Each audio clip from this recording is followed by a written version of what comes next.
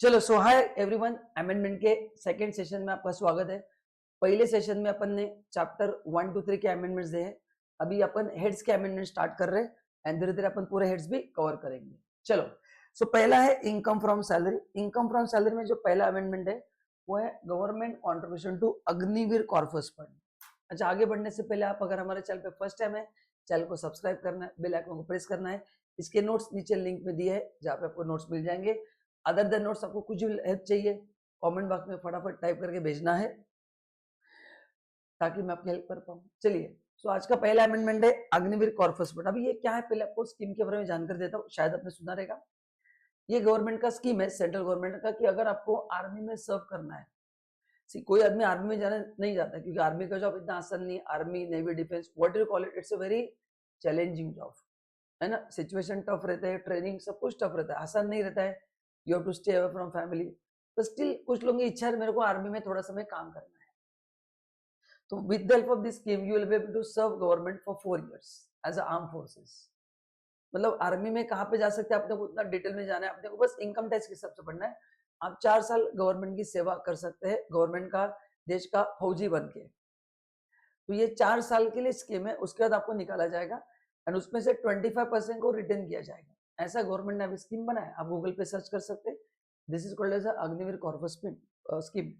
अब इसमें हम जब 4 साल काम करेंगे ना, तो आपके लिए गवर्नमेंट कुछ पैसा कॉन्ट्रीब्यूट करेगा। जैसे अपन ने पढ़ा था सैलरी में, contribution to recognise provident fund, statutory fund, वैसे ही गवर्नमेंट यहाँ पे आपके लिए कुछ ना कुछ कॉन्ट्रीब्यूट करेगा, तो वो आपका इनकम फ्रॉम सैलरी माना जाएगा एंड उसके लिए आपको डिडक्शन भी मिलेगा।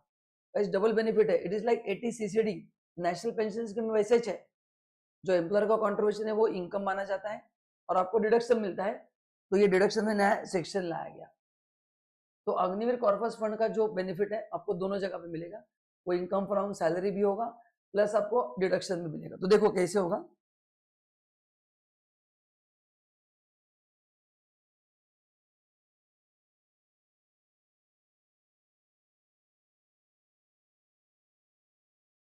अग्निवीर कॉर्पस फंड पहले मैं लिखता हूं, आप समझो, बाद में लिखना, घाई मत करना। इसमें दो होंगे, एम्प्लॉय कॉन्ट्रीब्यूशन, दूसरा एम्प्लॉयर कॉन्ट्रीब्यूशन। तो एम्प्लॉय का जो कॉन्ट्रीब्यूशन है उसके लिए डिडक्शन मिलेगा, deduction under section 80 CCH। And जो एम्प्लॉयर का उसके लिए डिडक्शन मिलेगा अंडर सेक्शन 80 CCH2 में मिलेगा। तो ये नया सेक्शन में डिडक्शन में अपन कवर करने वाले, बट अभी बता रहा हूं आपको मैं, है ना। प्लस इसका जो कॉन्ट्रीब्यूशन है वो इनकम फ्रॉम सैलरी भी माना जाएगा।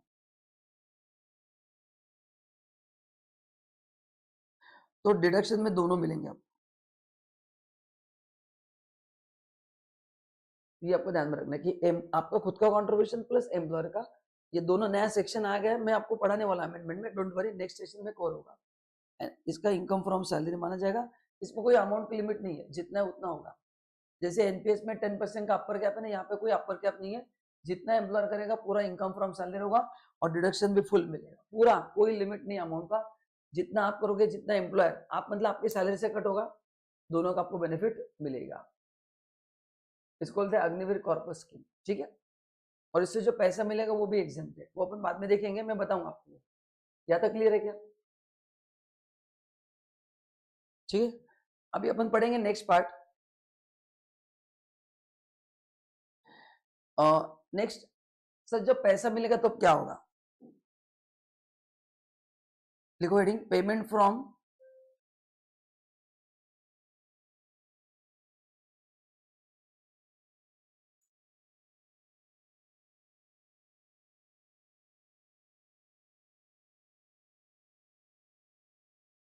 अभी आपको जब 4 साल के बाद पैसा मिलेगा, जब भी आपको पैसा मिलेगा उसका ट्रीटमेंट क्या होगा? तो गाइस ये एग्जेम्प्ट किया है अंडर सेक्शन 10(12)(C). ये भी अमेंडमेंट है, ये नया सेक्शन इंसर्ट किया है,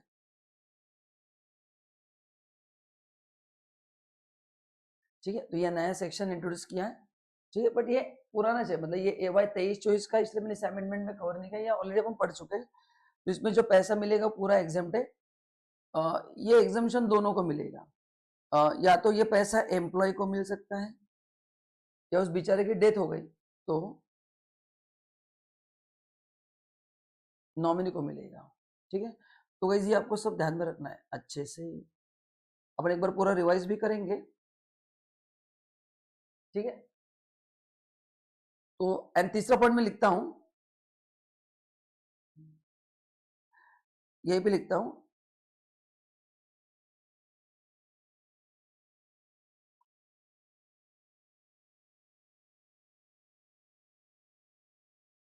benefit of this scheme is available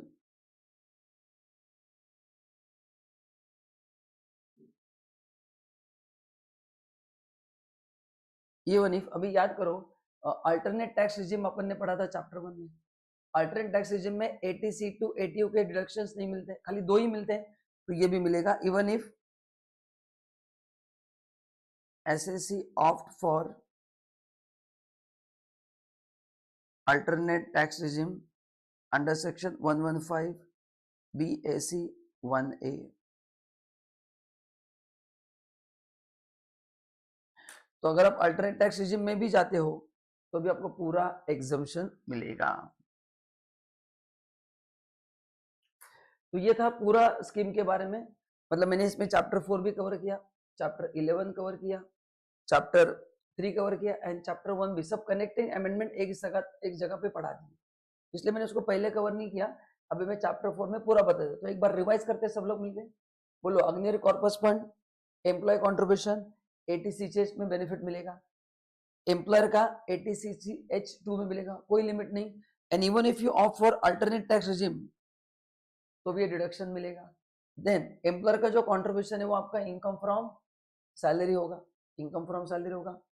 इससे जो पैसा मिलेगा वो 10-12C में पूरा एग्जाम्प्ट है, फिर वो एम्प्लॉय को मिले, उसके नॉमिनी को मिले, एग्जाम्प्ट है, खत्म। तो आई होप इट इज क्लियर। अच्छा लगा तो कमेंट में जरूर बताना, और ये अच्छे से लिख कर रहना।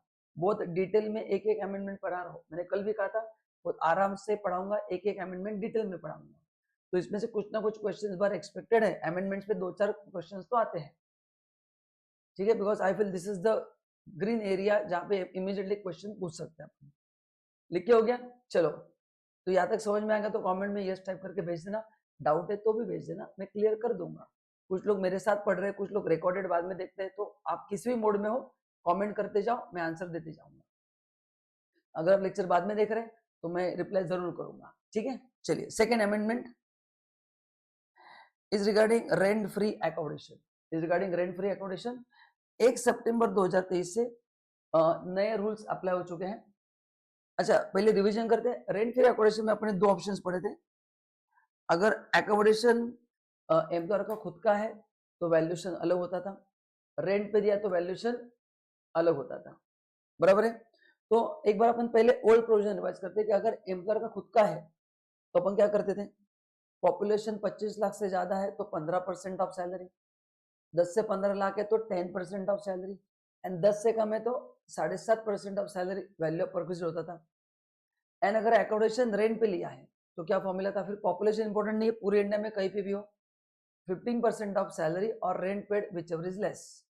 तो ये परसेंटेज चेंज हुआ है एंड पॉपुलेशन भी चेंज हुआ है।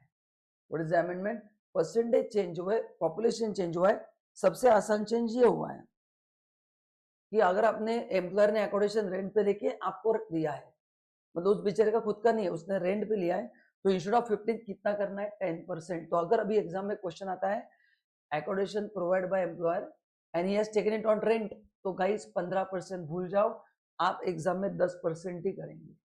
इवन दो अमेंडमेंट 1 सितंबर के, हाँ सपोज अभी एग्जाम में 1 सितंबर के पहले का क्वेश्चन दिया तो प्रैक्टिकली 2 अलग अलग वर्किंग हो गए, बट स्टूडेंट लेवल पे इतना कॉम्प्लिकेटेड नहीं होगा, आप 10% ले सकते हैं। प्रैक्टिकली 2 अलग अलग होंगे क्योंकि सितंबर के पहले अलग था, इसके बाद अलग हुआ है, बट ठीक है, एज स्टूडेंट आपको कितना लेना है, 10%। So what is the first simple amendment, अगर एम्प्लॉयर ने रेंट पे लिया एकोमोडेशन एंड आपको दिया है तो आपके इनकम में कितना ऐड होगा, पहले जो 15 होता था वो 10% ऑफ सैलरी और rent paid by employer whichever is less. Clear. अभी वहां पे पॉपुलेशन होता था 2001 सेंसस, यहाँ पे 2011 का बेस लिया है एंड 40 लाख किया है। तो 2011 के हिसाब से अगर पॉपुलेशन 40 लाख के ऊपर होगा तो जो पहले 15 था वो 10 हो गया है, 15 से 40 है तो 7.5 किया। And otherwise any other city मतलब क्या, जहां पे पॉपुलेशन बिलो 15 लाख है, तो कितना लेंगे 5%। तो क्या चेंज हुआ है, पहले जो 25 लाख के ऊपर था अभी वो 40 लाख के ऊपर हो गया, पहला चेंज। जो पहले 15% था उसको कम किया है, तो अभी पर विजिट वैल्यू कम होगा, 10% किया है। देन जो अपन 10 से 25 करते थे वो 15 से 40 है तो 7.5%, एंड बिलो 15 है तो 5%। तो पूरा ना भूल जाओ, नया करना है, बोलो पॉपुलेशन 40 लाख के ऊपर है तो कितना लेंगे 10% ऑफ सैलरी, 15 to 40 लाख है तो 7% सैलरी, एंड बिलो 15 लाख है तो 5% ऑफ सैलरी लेना है। तो पुराने परसेंटेज भूल जाओ, है ना। यहाँ पे पहले 15 था, यहाँ पे 10 था, यहाँ पे 7.5 था, ये गवर्नमेंट ने कट कर दिया। यहाँ पे पॉपुलेशन 25 लाख था, यहाँ पे 10 लाख था, यहाँ पे बिलो 10 लाख था, ये सब गवर्नमेंट ने चेंज कर दिया। ठीक है, सो ये कुछ पढ़ने की जरूरत नहीं है अभी।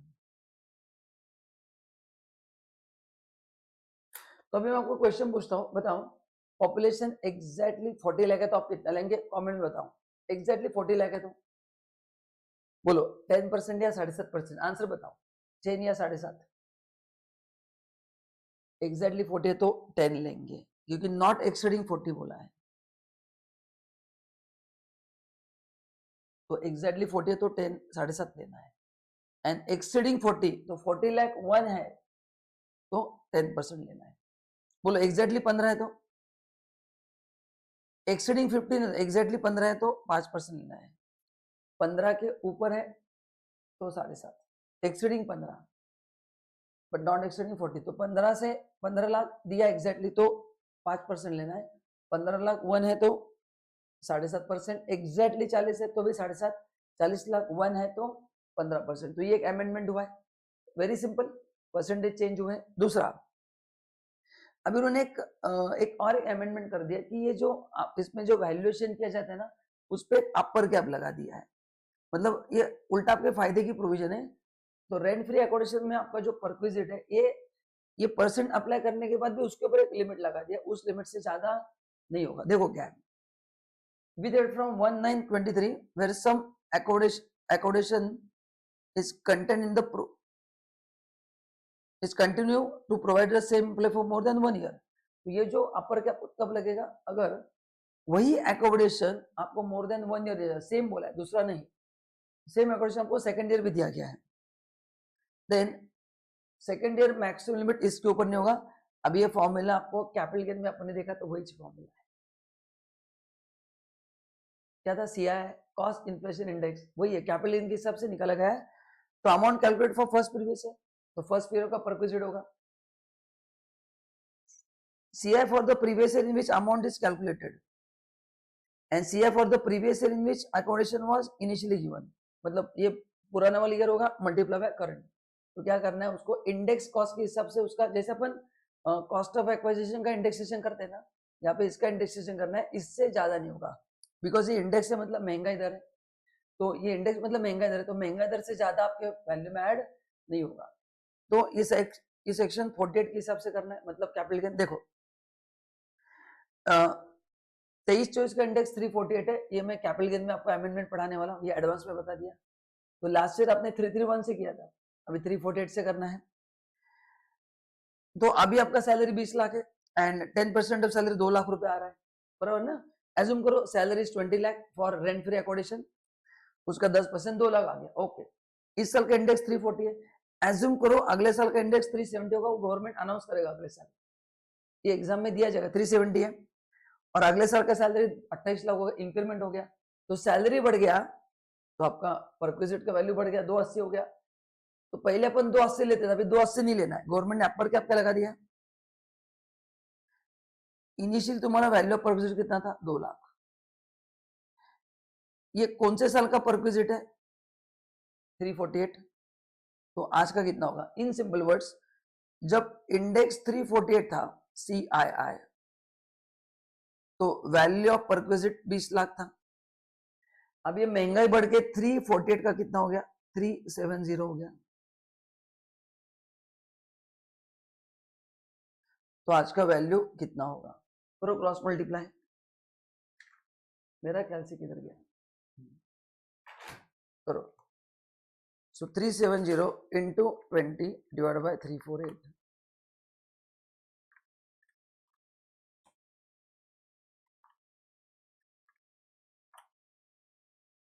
$2,12,064।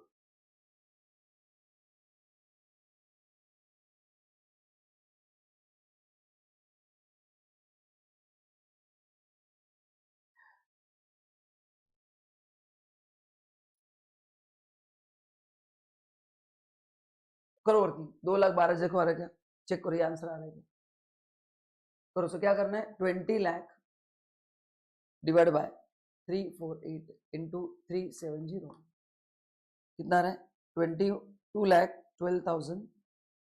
देखो कितना आ रहा है, अरे 20 लाख नहीं 2 लाख है ना, वैल्यू पर 2 लाख था, वही बोलो इतना क्यों आ रहा है। सो 2 लाख के ऊपर किया अपन ने,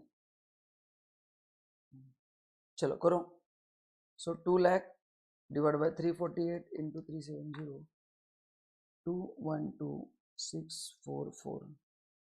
तो महंगा इंडेक्स के हिसाब से होगा 211 एंड अपना पर विजिट के हिसाब से 280 आ रहा है, विच एवर इज लेस। तो वैल्यू ऑफ पर visit for next previous year 24-25 कितना होगा, या तो 2,80,000 जो आ रहा है 10% के बेसिस पे, और 212,644 विच एवर इज लेस। तो अगले साल का वैल्यू ऑफ परक्विजिट इससे ज्यादा नहीं होगा, अगले साल का वैल्यू ऑफ परक्विजिट इससे ज्यादा नहीं होगा, ठीक है, अगले साल का बोला है, ठीक है। तो ये हो गया, तो ये मैंने आंसर दे दिया यहाँ पे।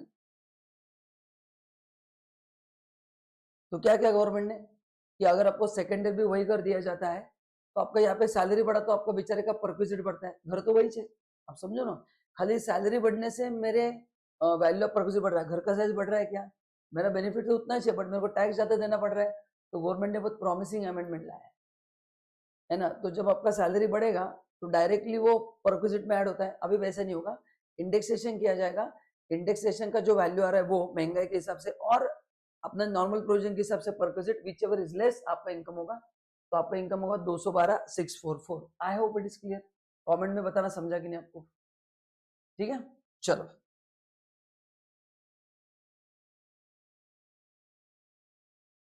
ठीक है, बाकी ये तो एग्जाम्शन एज इट इज है, बस रिमोट एरिया का एक डेफिनेशन बदल दिया है। व्हाट इज रिमोट एरिया, जो विद इन लोकल लिमिट्स है वो तो था, प्लस ये डिस्टेंस जो था ये 30 किलोमीटर कर दिया एंड पॉपुलेशन 1 लाख है ना, वहां पे डिस्टेंस अलग था, यहाँ पे कितना कर दिया। तो व्हाट इज, क्योंकि रिमोट एरिया में देंगे तो पूरा एग्जाम है ना, अपन ने पढ़ा ना, रिमोट एरिया में तो पूरा एग्जाम थी, अपन ने पढ़ा ऑलरेडी। तो रिमोट एरिया का डेफिनेशन चेंज कर दिया उन्होंने। हाँ बाकी साइज वगैरह वो सब सेम ही है, बाकी अमेंडमेंट नहीं हुआ, बाकी सब सेम है। बट रिमोट एरिया में what is remote area, which is located with in local municipal limits, या फिर लोकल म्युनिसिपल लिमिट से 30 किलोमीटर एरियल डिस्टेंस एंड जहां पे पॉपुलेशन कितना होना चाहिए 1 लाख और मोर, तो उसको हम रिमोट एरिया बोलेंगे। मतलब 30 किलोमीटर से दूर होना चाहिए एंड पॉपुलेशन 1 लाख होना चाहिए, तो उसको रिमोट एरिया बोलेंगे। तो वहां पे पूरा घर एग्जाम्प्ट है, प्लस यहाँ पे भी एग्जाम्पशन है, पढ़ा है ना अपन ने, माइनिंग साइट वगैरह वगैरह, यहाँ पे तो ये पूरा एग्जाम्पशन है। तो ये पहले भी था आज भी था, बस रिमोट एरिया का डेफिनेशन चेंज हुआ बस। तो ये रहे इसमें 3 अमेंडमेंट्स। क्या 3 अमेंडमेंट्स, इसमें मतलब रेंट फ्री अकोमोडेशन में परसेंटेज बदल गए, इंडेक्सेशन आ गया, अपर कैप लग गया, एंड तीसरा रिमोट एरिया का जो डिस्टेंस था जो अपन ने 8 किलोमीटर 20,000 पढ़ा था वो 30 किलोमीटर एंड 1 लाख हो गया, दैट्स इट, क्लियर है। तो ये थे अमेंडमेंट्स इन सैलरी, समझ में आया। आगे अभी हाउस प्रॉपर्टी नहीं दिख रहा है क्योंकि हाउस प्रॉपर्टी में कोई अमेंडमेंट नहीं है, so there are no amendments in house property. PGPP में छोटे मोटे अमेंडमेंट्स हुए, ज्यादा बड़े अमेंडमेंट्स नहीं हुए from our exam point of view. पहला अमेंडमेंट हुआ है, time limit prescribe for furnishing the statement of expenditure eligible for amortisation of preliminary expenses. अच्छा तो अपन पहले रिवाइज करते हैं, अपन ने सेक्शन 35D पढ़ा था प्रिलिमिनरी एक्सपेंसेस। तो उसका अमोर्टाइज कैसे होता है, डिपेंड्स, अगर कंपनी एसएसी है तो क्या प्रोविजन था, 5% ऑफ कॉस्ट ऑफ प्रोजेक्ट और 5% of capital employed whichever is higher लेना है, उसको एक्चुअल खर्चे से कंपेयर करना है, and whichever is lower बनता था एलिजिबल, एंड उसको हम 5 से डिवाइड करते थे, बराबर है। सो क्या होता था फॉर कंपनी एसएसी,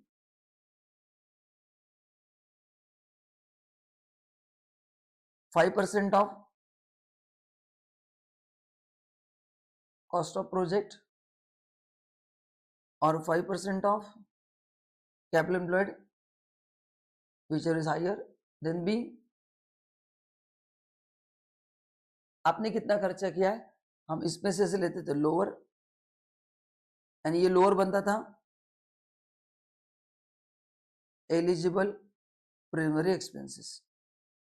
इसमें कुछ अमेंडमेंट नहीं हुआ, एंड फिर डिडक्शन कितना मिलता था अपने को, ये जो अमाउंट आता है एलिजिबल डिवाइड बाय 5,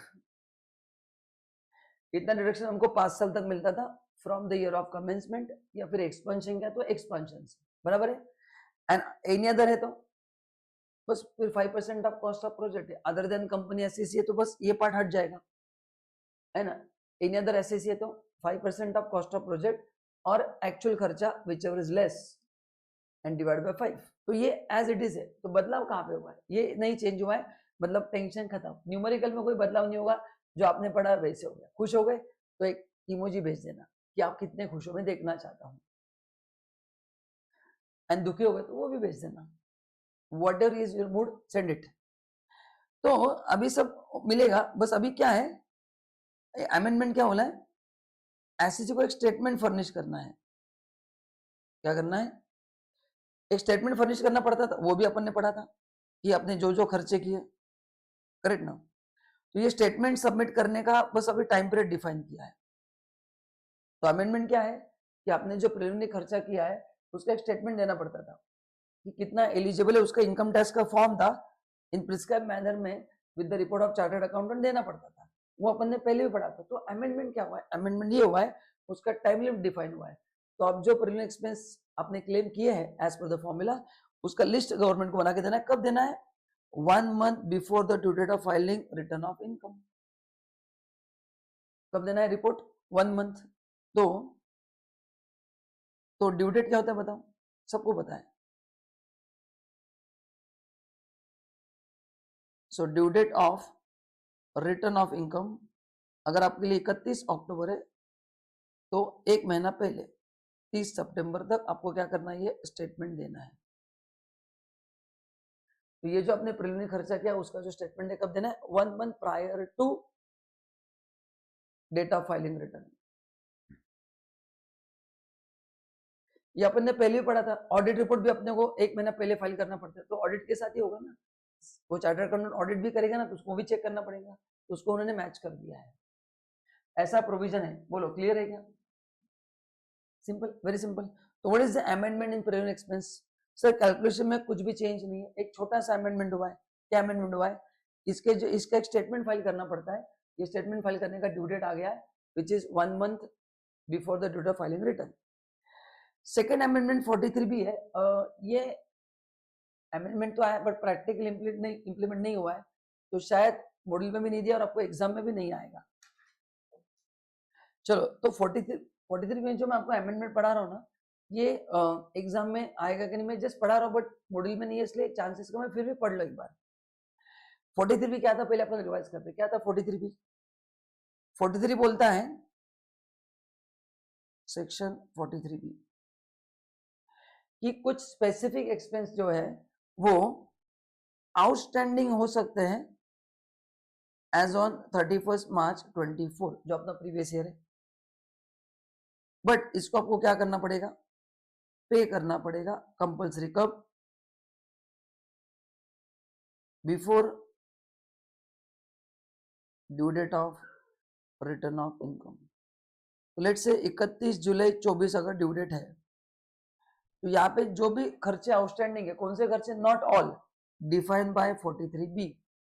तो 43B ने जो भी खर्चे बोले जो आप ऑलरेडी पढ़ चुके हैं, वो 31 जुलाई के पहले पे करना है।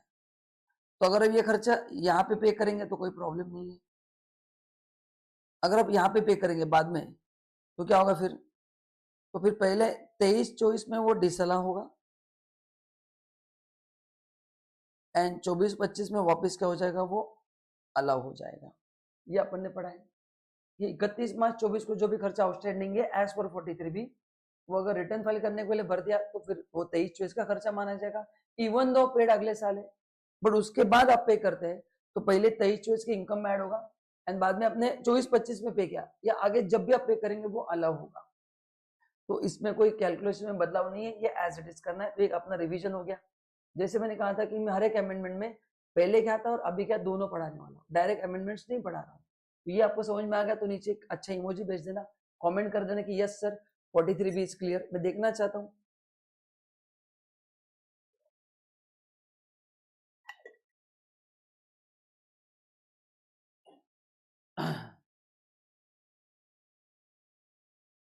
तो ये एक्सपेंस अपन ऑलरेडी पढ़ चुके हैं,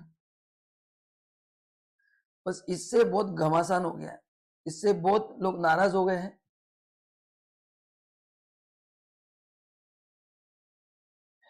any sum payable by assessee to MSE, ये जो माइक्रो एंड स्मॉल एंटरप्राइजेस है, क्या होता है इनसे अपन मटेरियल लेते हैं, इनको टाइमली पैसे नहीं देती हो।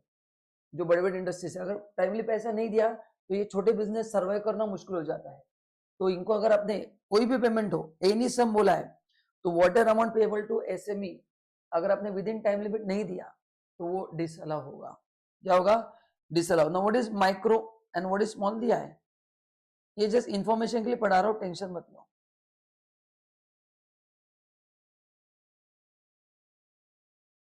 माइक्रो का मतलब क्या है, investment in plant and machine does not exceed 25 lakh in case of industrial undertaking, and अगर आप सर्विस इंडस्ट्री में तो 10 लाख। सॉरी एक मिनट के लिए डिस्कनेक्ट हो गया था, हाँ वापस बताता हूँ। What is meaning of micro enterprises, जिनका अगर आपको बिजनेस है तो प्लांट एंड मशीनरी 25 लाख से कम होना चाहिए in case of industrial undertaking, and अगर सर्विस इंडस्ट्री है तो मैक्सिमम 10 लाख से ज्यादा इन्वेस्टमेंट नहीं होना चाहिए। तो इन लोगों को अगर आपको पेमेंट करना है तो विद इन पर्टिकुलर समय, जैसे 45 डेज उस समय पेमेंट करना है, ठीक है। अच्छा ये पेमेंट कब करना है, 43 का टाइम लिमिट नहीं है, ये सेक्शन इस एक्ट का टाइम लिमिट है ना। तो 45 डेज का इस एक्ट में एग्जाम्पल दे रहा हूँ, इस एक्ट के हिसाब से इसके लिए 31 जुलाई अप्लीकेबल नहीं है, इस एक्ट के हिसाब से जो ड्यू डेट है उसके हिसाब से पे करना है। बट अभी वो इम्प्लीमेंट नहीं हुआ है, वो 1/4/24 से होने वाला है, बट अभी भी वो मतलब वो कंफर्म नहीं, अभी तक तो ये प्रोविजन हमने प्रैक्टिकली अप्लाई नहीं किया। And what is small enterprises, ये अगर माइक्रो, स्मॉल मतलब उससे बड़ा होगा, तो यहाँ पे मैक्सिमम 25 से, यहाँ पे 25 से 5 करोड़ अगर आप बिजनेसमैन हो, एंड 10 लाख से 2 करोड़ अगर सर्विस इंडस्ट्री है, तो ये हो गया स्मॉल एंटरप्राइजेस। तो इनकम पेमेंट अगर अपन ने उस पर्टिकुलर लिमिट में नहीं किया उनके हिसाब से, नॉट 43, तो डिस अलाउ होगा, ठीक है। बाकी कुछ पढ़ने की जरूरत नहीं है। ये है due date of filing return, ये आपको जस्ट मैंने इन्फॉर्मेशन के लिए अपन ऑलरेडी पढ़ चुके हैं।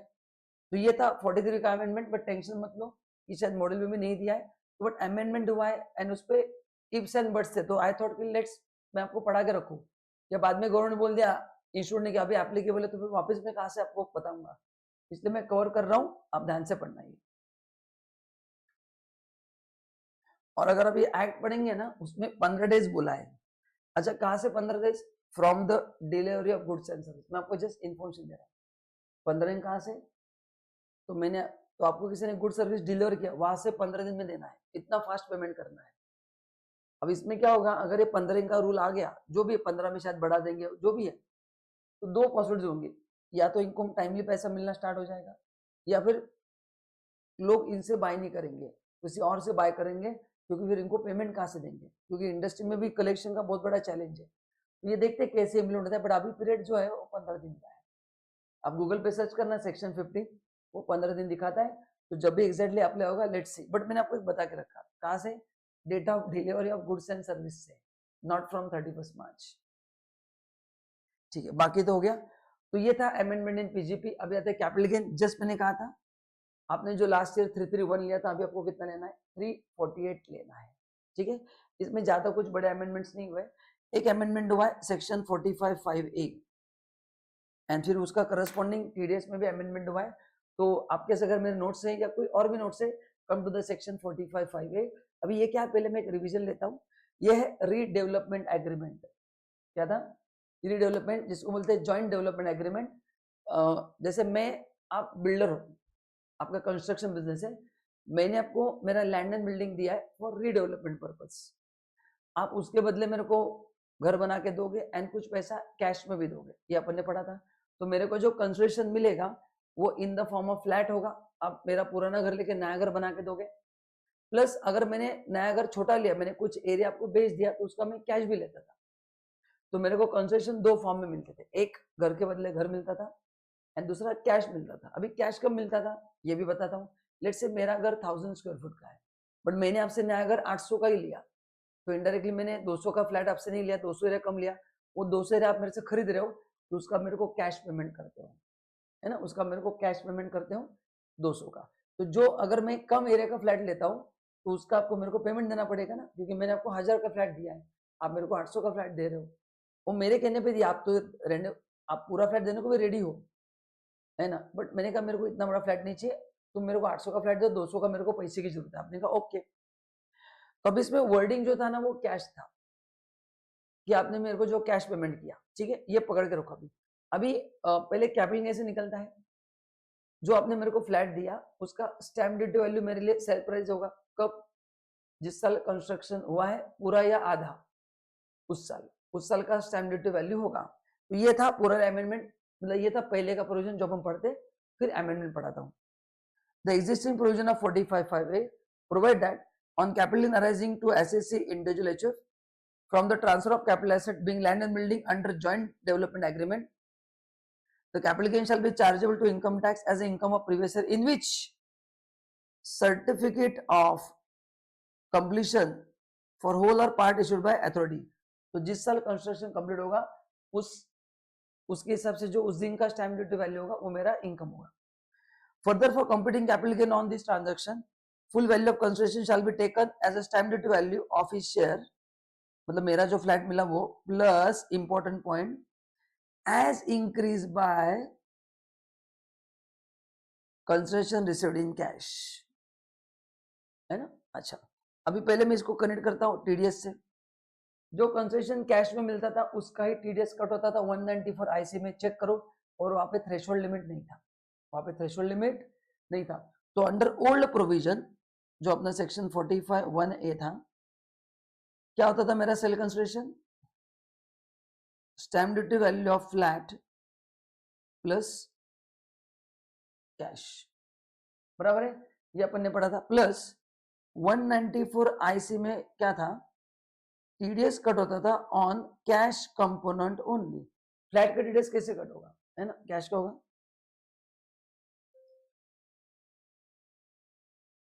Rate 10% without any limit. Without limit मतलब कोई थ्रेशोल्ड लिमिट नहीं है। बिल्डर ने मेरे को 50,000 भी दिया तो 10% कट होगा। तो ये थे गाइस ओल्ड प्रोविजन, है ना। ये हो गया रिवीजन, आपको याद आ गया, नहीं तो एक बार अपने नोट्स पढ़ लेना। अब इसमें अमेंडमेंट क्या हुआ है, यहाँ पे वर्ड कैश था, तो बिल्डर ने मेरे को चेक से पैसा दिया। तो मेरा कहना था कि चेक कैश में नहीं आता, मैं उस पर टैक्स नहीं दूंगा, क्योंकि लॉ में वर्ड क्या है, cash. Cash means cash, builder cash तो देगा नहीं, एंड दिया तो हम दिखाएंगे थोड़ी, लॉजिकल है ना, वो कैश में दिखाएगा, मर जाएगा वो। सो कैश का मतलब लोगों ने बोला कि चेक अगर मिला तो फिर हम उस पर टैक्स नहीं देंगे, बिकॉज वो कैश के फॉर्म में नहीं है। अभी बताओ, ये गवर्नमेंट का गलती हुआ था। कैश का मतलब उनका कहना था मॉनिटरी, बट अपन ने उसका अपने फायदे के हिसाब से बेनिफिट ले लिया। तो उसको क्लेरिफाई किया कि भाई लोग डरो मत, कैश में चेक वगैरह सब कुछ इंक्लूड है। बस छोटा सा अमेंडमेंट है, देखो, कैश और any cheque draft any mode. तो अभी जो टीडीएस कट होगा, तो ये अमेंडमेंट टीडीएस को भी काम को आएगा, एंड है ना, ये था बिफोर अमेंडमेंट।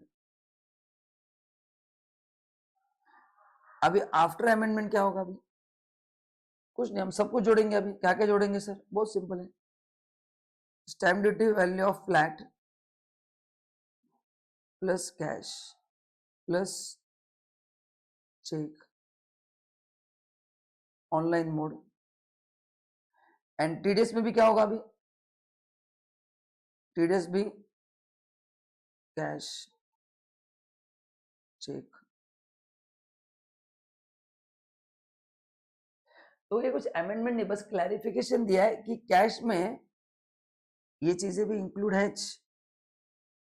तो आप डाउट रेज मत करो कि चेक दिया तो टीडीएस कट नहीं होगा, उसको सेल प्राइस में नहीं लेंगे, तो कैश में चेक वगैरह सब इंक्लूड है। बस इतना ही छोटा सा अमेंडमेंट है। तो मैंने बिफोर अमेंड बता दिया, आफ्टर अमेंड बता दिया। I hope it is now totally clear to everyone. समझा आपको? बोलो, एनी क्वेश्चन?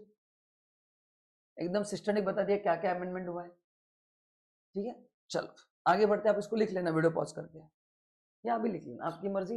एंड समझा तो कमेंट में लिखना कि यस सर 45(1) है अमेंडमेंट क्लियर है ना। प्लीज थोड़ा रिप्लाई करो, मेरे को मजा आएगा।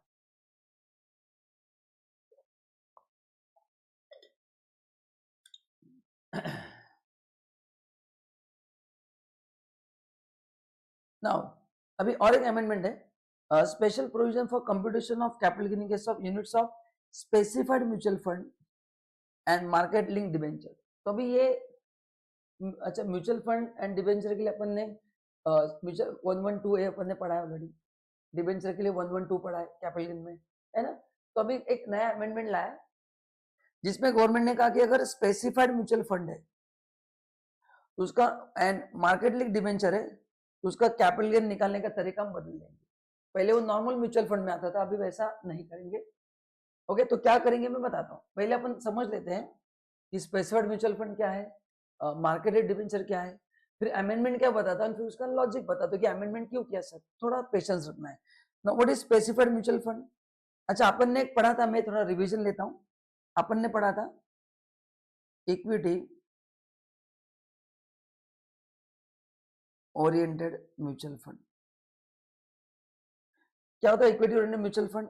अगर आपको याद है तो जहां पे इक्विटी पे इन्वेस्ट होता है 65% और मोर, मतलब डेट में कितना इन्वेस्ट होगा, मैक्सिमम 35% और लेस। ये अपन ने पढ़ा था equity oriented mutual fund. And इसका जो टैक्स कैलकुलेशन है होता है अंडर सेक्शन 112A, जहां पे 1 लाख का एग्जम्पशन है 10% टैक्स है। ठीक है, तो ये था एक अपन ने जो पढ़ा है। अभी जो बात हो रही है उसका नाम है स्पेसिफाइड म्यूचुअल फंड।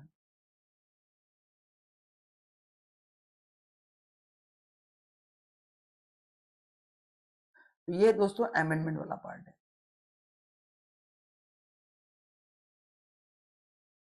ठीक है, देखो व्हाट इज स्पेसिफाइड पहले समझ लेते हैं। जहां पे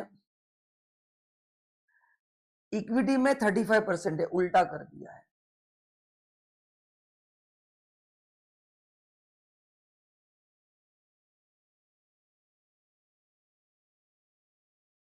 प्रोपोर्शन चेंज कर दिया। ओके, तो what is specified mutual fund? जहां पे इक्विटी में आपने कितना इन्वेस्ट किया है, मैक्स 35%, डेट पे आपने कितना इन्वेस्ट किया, मैक्स 65%, तो एग्जैक्टली रिवर्स कर दिया। तो उसका कैपिटल निकालने का तरीका थोड़ा बदल दिया। मैं बताता हूँ क्या है, क्योंकि आपको वैसे इक्विटी में कम है, लिक्विड फंड में ज्यादा है। कहाँ पे ज्यादा है? लिक्विड फंड में। डेट फंड में, लिक्विड फंड में आपका पैसा ज्यादा है। ठीक है, अच्छा, ओनली अगर आप लिक्विड फंड में पैसा डालते हैं ओनली, तो उसके लिए नॉर्मल टैक्स रेट है। उसके लिए क्या है? नॉर्मल टैक्स रेट है। ठीक है, मैं बताता हूँ वो भी क्या है, डोंट वरी। अगर आपको नॉर्मली समझा तो भूल जाओ, ये पहले समझा। तो ये है स्पेसिफाइड म्यूचुअल फंड। उसके बाद ये है, एंड ये आपने कब लिया है? 1 अप्रैल 23 के पहले। मतलब उसके पहले भी ऐसे फंड थे, उसके लिए एप्लीकेबल नहीं होगा, है ना। ये कब होगा? इशूड ऑन और आफ्टर 1/4/23। तो जो पहले थे भूल जाओ, उसका एज यूजुअल ट्रीटमेंट होगा। जो नए है उसका ट्रीटमेंट में बताने जा रहा हूं। पहले वो ओल्ड प्रोविजन के हिसाब से होगा। तो ये पहले भी ऐसा प्रोडक्ट था, बट ये प्रोडक्ट अभी के स्कीम में 50AA में 1 अप्रैल 23 के बाद कवर्ड है।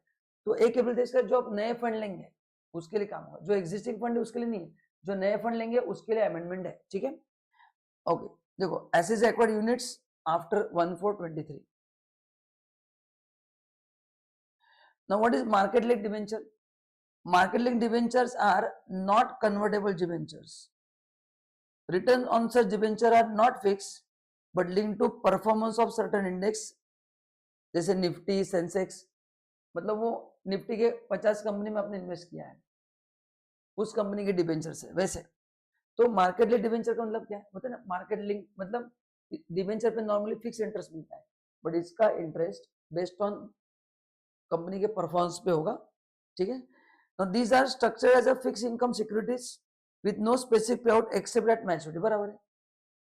मतलब इसमें पैसा कब मिलता था, डायरेक्ट मैच्योरिटी पे मिलता था, बीच में पैसा नहीं मिलता था, ठीक है। The returns are determined on basis of performance of the underline index, and इसलिए इसको बोलते हैं मार्केट लिंक्ड डिबेंचर्स।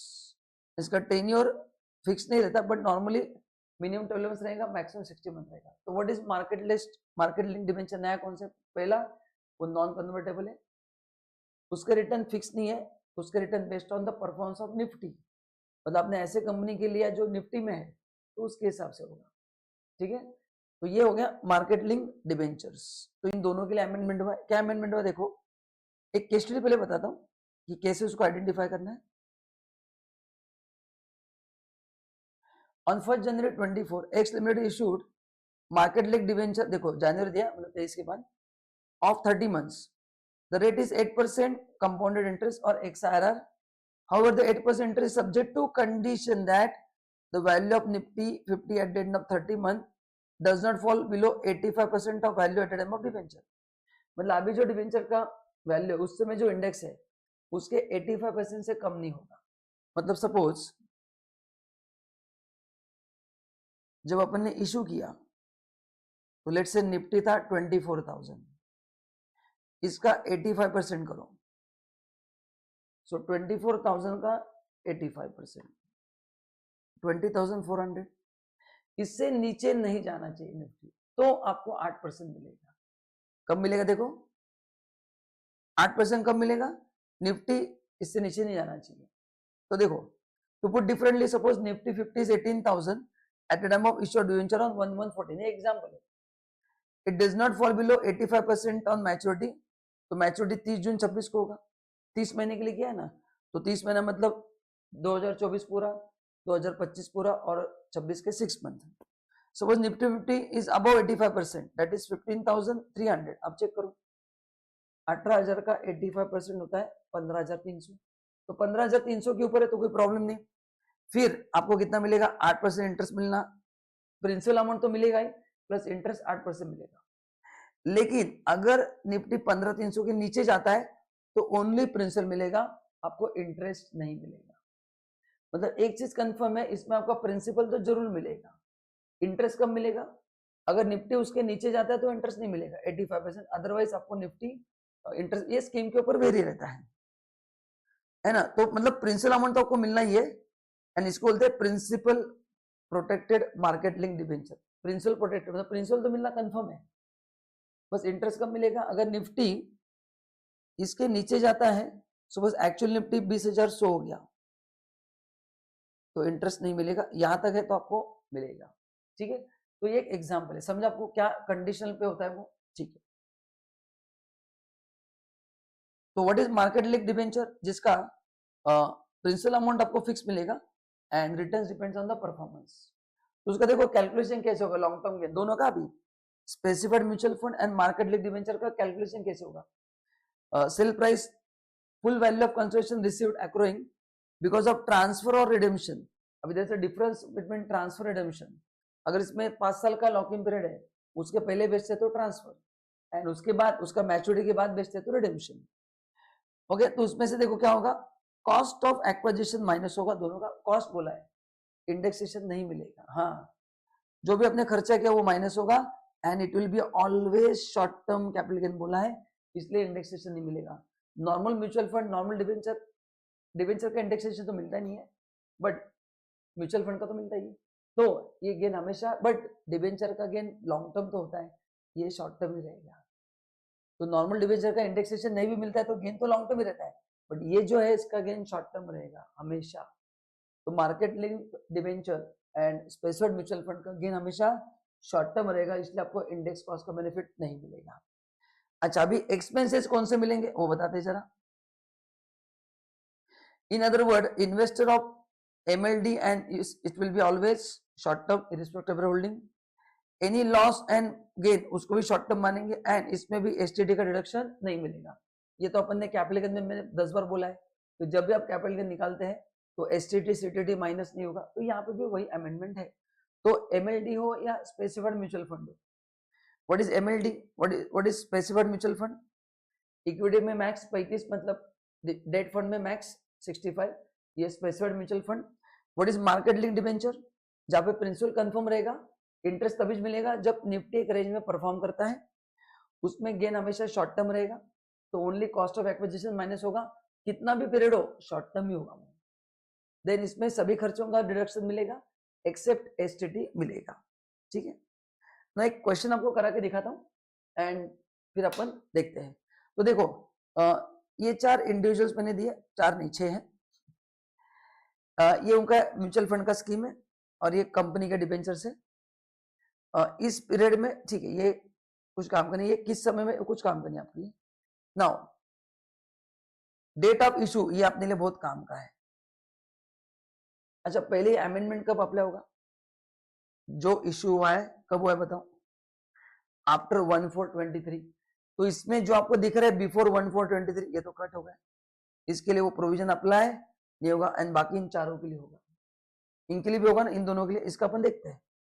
तो इन दोनों के लिए होगा, इनके नहीं होगा। क्यों नहीं होगा? बिफोर देखो, अमाउंट इन्वेस्टेड 11 लाख है, कितना डाला है इक्विटी में? 30%, मतलब ये स्पेसिफाइड म्यूचुअल फंड है। ट्रांसफर हुआ है 15 में 2026 को, 26 लाख रुपए मिला है, उसका टैक्स कैलकुलेट करना है। ओके, पहले बताऊं ये स्पेसिफाइड म्यूचुअल फंड है क्या? नहीं है। क्यों नहीं है? Because what is specified mutual fund? जो है इशूड आफ्टर 1/4/23। तो देखो मैंने आंसर कैसे दिया है, तो 50AA अप्लाई नहीं होगा। क्यों? Because they are not. 50AA कब अप्लाई होगा? For those mutual fund which are issued after 1/4/23। तो 50AA अप्लाई नहीं होगा। तो फिर नॉर्मल 112 अप्लाई होगा, जो अपन ने पढ़ा था, जिसमें 20% टैक्स लगता है, लाइक नॉर्मल एसेट। 112A भी अप्लाई नहीं होगा। 112A भी अप्लाई, क्योंकि 112A में 65% चाहिए, अभी मैंने लिख के दिया था। तो इसमें सेक्शन 112 अप्लाई होगा। समझा आपको? 112 क्यों नहीं होगा? क्योंकि रेशियो मैच नहीं हो रहा है ना। 112 में आने के लिए इक्विटी में 65 चाहिए, ये इक्विटी में 35 है, तो 112A भी अप्लाई नहीं होगा, बट 112 अप्लाई होगा। 112 के हिसाब से टैक्स आएगा। देखो अभी तो 26 लाख में चाहे तो 112 में इंडेक्सेशन मिलेगा, तो ये मैंने इंडेक्सेशन किया है नॉर्मल टेबल के हिसाब से इंटू 348, जैसे आपने कब लिया था। बट अभी प्रॉब्लम क्या है, 26 में का इंडेक्स है नहीं, तो ये एजम्पशन बेसिस पे लिया है। क्या लिया है? ये एजम्पशन बेसिस पे इंडेक्सेशन लिया है, और ये एजम्पशन बेसिस पे लिया, और ये लॉन्ग टर्म गेन होगा। स्पेसिफाइड में there is no long term short term, only short term, ये तो नॉर्मल है। तो जो 50AA से हट गया उसके लिए लॉन्ग टर्म भी होगा, शॉर्ट टर्म भी होगा। ये लॉन्ग टर्म है, क्यों? क्योंकि पीरियड ऑफ होल्डिंग देखो कब है, जनवरी 23 से मई 26 है ना, 2-2.5 साल का पीरियड है। सेकंड भी वैसे होगा, सेकंड भी स्पेसिफाइड नहीं है क्योंकि पहले इशू हुआ है। तो देखो 14 लाख, और ये यहाँ पे भी नहीं है, यहाँ पे भी फेल हो रहा है क्योंकि 50% है। तो ये 28 लाख में बेचा है, तो उसके लिए 50 अप्लाई नहीं होगा, तो 112 अप्लाई होगा। 112 तो नहीं होगा। 28 लाख इसका भी इंडेक्सेशन मिलेगा, और ये कैपिटल गेन आएगा। इंडेक्सेशन मैंने ऐसे एग्जांपल दिया क्योंकि 2026 का इंडेक्स अपने पास नहीं है, तो ये जस्ट आप as a understanding point of view देखना है। तीसरा देखो, is it issued after 1 April? Yes sir. 35% से कम है का इक्विटी में, 35 से कम है, यस। तो ये होगा स्पेसिफाइड म्यूचुअल फंड। इसका गेन हमेशा शॉर्ट टर्म रहेगा और इंडेक्सेशन बेनिफिट नहीं मिलेगा। तो 24 लाख माइनस 17 लाख, 7 लाख रुपए आपका डायरेक्टली गेन होगा। देखो यहाँ पे 50AA एप्लीकेबल होगा क्योंकि 1/4/23 के बाद भी लिया है, तो फिर ये अप्लाई नहीं होगा, 112 अप्लाई नहीं होगा, 50 के हिसाब से होगा। शॉर्ट टर्म आना चाहिए ना, 112 ये दोनों लॉन्ग टर्म के। 24 lakh minus 17 lakh indexation benefit नहीं मिलेगा, 7 lakh short term capital gain, normal tax आएगा एज पर स्लैब। जहां पे 111 नहीं, ए नहीं आता, वहां पे वैसा होगा। ठीक है, नेक्स्ट, ये भी 1 अप्रैल के बाद इश्यू हुआ है, 12 लाख के इक्विटी में मैक्सिमम 50% है, ये भी चल जाएगा, 65 से कम है। ये 43 लाख में बेचा है, तो क्या करेंगे बोलो, एक बार चेक करो। अब इसमें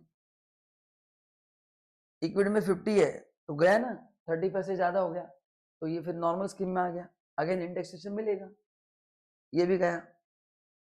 मतलब 23 के बाद इश्यू हुआ है, बट इक्विटी में इन्वेस्ट 35 के ऊपर नहीं चाहिए ना, तो ये दोनों फिर ये दोनों अभी देखो, ये लिया कब था, अप्रैल 23 से मई 26, मतलब लॉन्ग टर्म है, तो मैंने इंडेक्स कॉस्ट एज्यूम करके ये माइनस किया है, एंड बाकी का आ गया आपका long term capital gain. Then यहां पे ये देखो,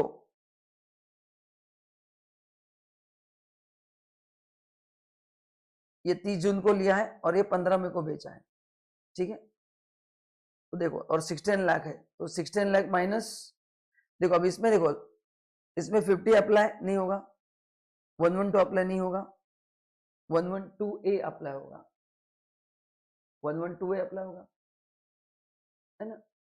बताओ 50 डबल ए क्यों नहीं अप्लाई होगा, रीजन बताता हूँ, क्योंकि ये मोर देन 35% हो गया, इसलिए 50 डबल ए अप्लाई नहीं होगा। अच्छा 112 क्यों अप्लाई नहीं होगा, क्योंकि बोलो 112 क्यों नहीं अप्लाई होगा, 112A होगा, क्योंकि अप टू 65% है तो 112A में जाता है ना वो, एंड उसमें एसटीडी भी पे होता है, तो उसमें 112A में इंडेक्सेशन बेनिफिट नहीं मिलता है, इसलिए ऐसा लिखा है। 112A में चेक करो, इंडेक्सेशन बेनिफिट नहीं मिलता है, एंड फिर ये आएगा 48 लाख, है ना। तो यहाँ पे 112 में इंडेक्सेशन बेनिफिट नहीं मिलेगा, ठीक है। तो 50 डबल ए में वो तो आएगा नहीं, 112A में भी नहीं आएगा, ठीक है, क्योंकि 112 में आने के लिए क्या मिसिंग है, बताओ बताओ 112 में क्यों नहीं आएगा, 112 में क्यों नहीं आएगा, एनी आइडिया, सोच के बताओ।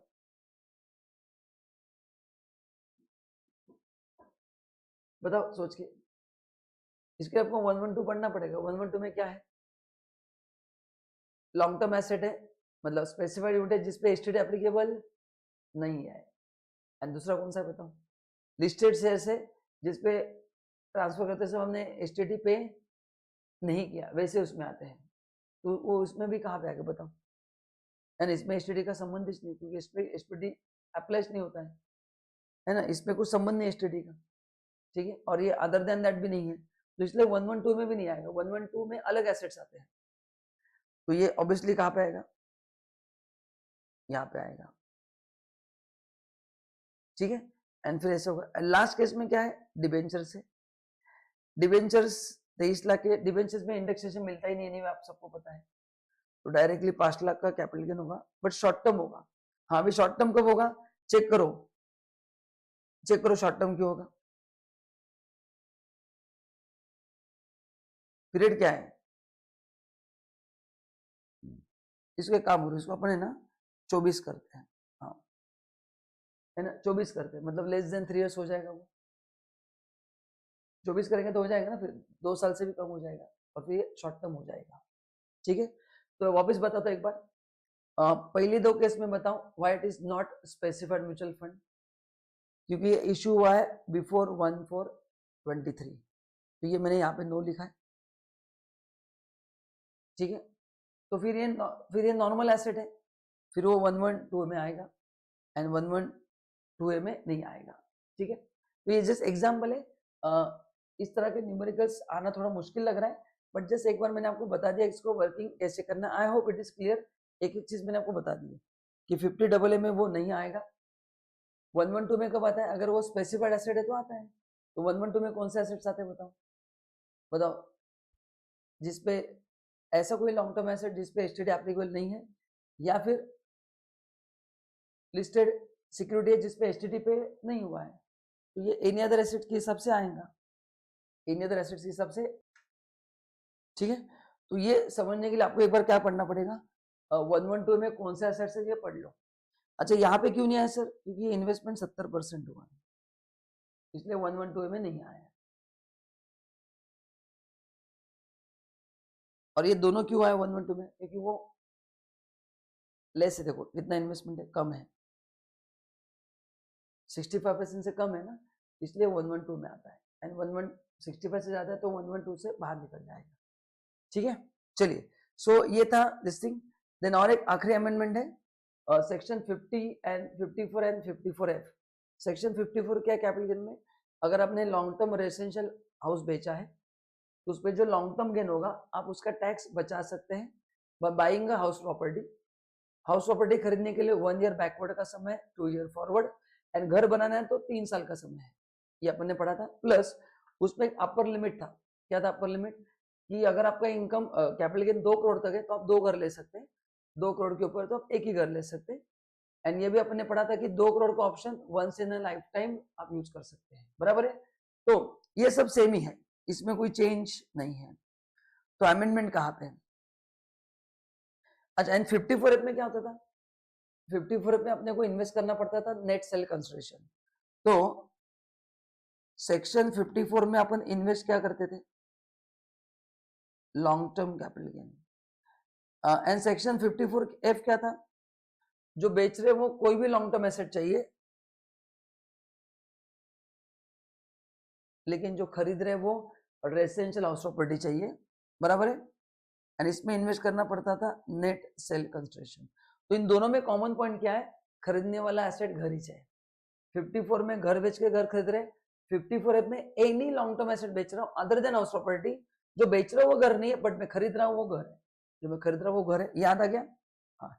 अभी इसमें लिमिट तो अपने मैंने बता दिया आपको। अब इसका मैक्सिमम लिमिट 10 करोड़ कर दिया है। कितना कर दिया है? 10 करोड़।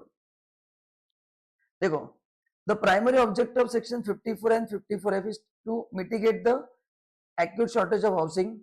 करेक्ट ना? मतलब सी अभी लोग क्या कर रहे हैं, इनकम टैक्स बचाने के लिए घर ले रहे हैं, है ना। तो इसलिए कंस्ट्रक्शन इंडस्ट्री जोरों में चलता है, क्योंकि लोगों को घर लेना ही पड़ता है इनकम टैक्स बचाने के लिए, बरोबर ना।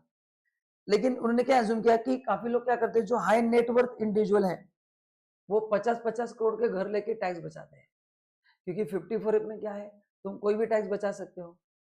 तो आप बहुत बड़े बिजनेसमैन हो, आपने 2 करोड़ का ज्वेलरी बेचा है, अब इस पे गेन आ रहा है, अभी 2 करोड़ का टैक्स कहाँ से बचाओगे तुमने 2 करोड़ का घर ले लिया। तो ये जो हाई नेटवर्थ इंडिविजुअल थे ये उसका गलत फायदा लेते थे, इसलिए। और उनके जैसे क्या हो रहा था, वो एक्सपेंसिव घर लेते थे, तो इस सेक्शन का पर्पस डिफीट हो रहा था।